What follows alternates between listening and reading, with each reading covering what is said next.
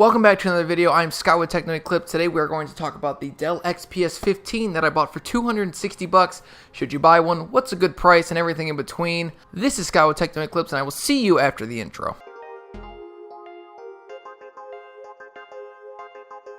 The Dell XPS 15 9550 is a great laptop. It came out in 2016. It features a 6th gen Intel Core i7-6700HQ. It starts at 3.6 gigahertz, but I believe it can turbo all the way up to 3.5 gigahertz, which is nice. The Geekbench scores on that CPU are quite good, about 13,500 without anything downloaded onto the laptop. Obviously, with a little bit more information, it might start to slow down just a little bit. The GPU inside of it is a GTX 960M with 2 gigabytes of VRAM. Again, not the greatest GPU of all time, but for a mobile thin and light, it is super good and can play most games at decent frame rates on low settings at 1080p. It comes with 8 gigabytes of DDR4 RAM running at 2100 megahertz. It comes with a 1080p screen that looks great and a 256 gigabyte NVMe lightning fast drive. Obviously, these are really good specs. I got it for $260. You're not going to find it for that cheap. You're probably going to find this close to about $600 or $700, but I'm going to tell you why that is a killer deal and something you should really look into. To start, this might just be a Windows 10 thing, or it's a Dell with Windows 10, but there were about 10 or 15 apps on here already downloaded that I don't want. They're not even Microsoft-based apps. They are apps from other companies that are trying to just get you to use them. It's just bloatware through and through. I'm not sure why they include that. This laptop new is thousands of dollars, and to buy it and get those bloatware apps is frustrating to say the least, but that's how it is. The second biggest problem with it is that the charge port on this specific one isn't working that well. It works fine if you plug it in and don't touch it, but there is a little bit of problem with the fact that if you move, the charging cable will actually pop right out of it. And I don't think that that's just solely based on this XPS laptop. I think that's probably a design failure, but everyone has design failures. No one can be perfect, but it is something to take note of. So you can't be whipping your laptop around while charging it. I don't think it's a big deal, but there's that. The battery life is not good. I was using it for about 3 hours, and it was on like the mid to high performance tier, not all the way up, but not all the way to the middle. It was a step above middle, step below high. And I got about 3 hours use out of it. It's not great, but I don't really have a problem with it because whenever I use a laptop, I'm not away from an outlet for hours and hours and hours at a time. If I'm away from an outlet for 2 or 3 hours, I can normally find one within reason that's relatively close.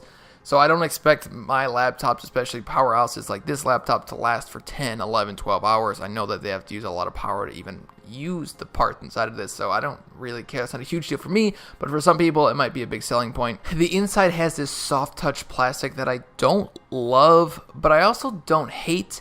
I don't love the way that it feels. It feels kind of cheap, but I like the way that it doesn't cut into the middle of my wrist when using it, when resting my wrists on it, like my MacBook Pro does. It kind of does cut into my wrists sometimes, and I can feel it. So I have to lift it up every once in a while to give it a break. So I do like that, but I don't love the way the soft touch plastic feels. It's kind of cheap feeling, but it's, there are benefits to it. There are also negatives to it. Also, I had this really weird problem, and I'm not sure if this is Windows 10 or if this is Dell's problem, but the bottom apps on like the home bar kept refreshing and like flashing. It looked like they would be there and then they would turn off, turn back on. It was really, really fast. I couldn't catch it on camera, but I could see with my eyes, and they would like keep refreshing at the bottom.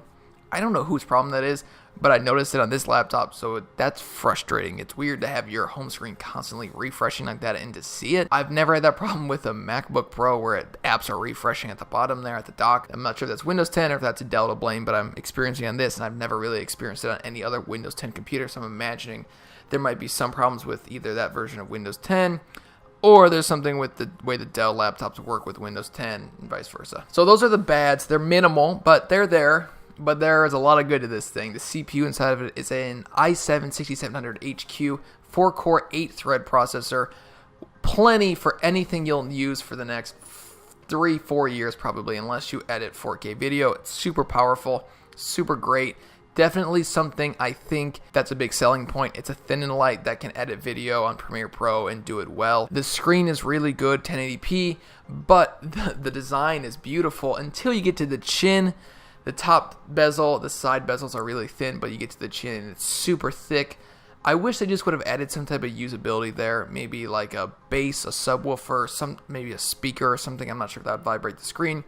But there's just like this huge empty space that I wish was being used by something, maybe a cooling mechanism or some type of extra tech that it's just not being used by. It's just the screen. Another positive is that it feels like a MacBook. It has like the same soft touch aluminum up top. It looks really good. It's a really beautifully designed laptop, honestly. I know they copied a lot of their design from Apple, but I'm glad they did because Apple laptops look great. It's got a great feel, and I really do like the way that it fits in my hand.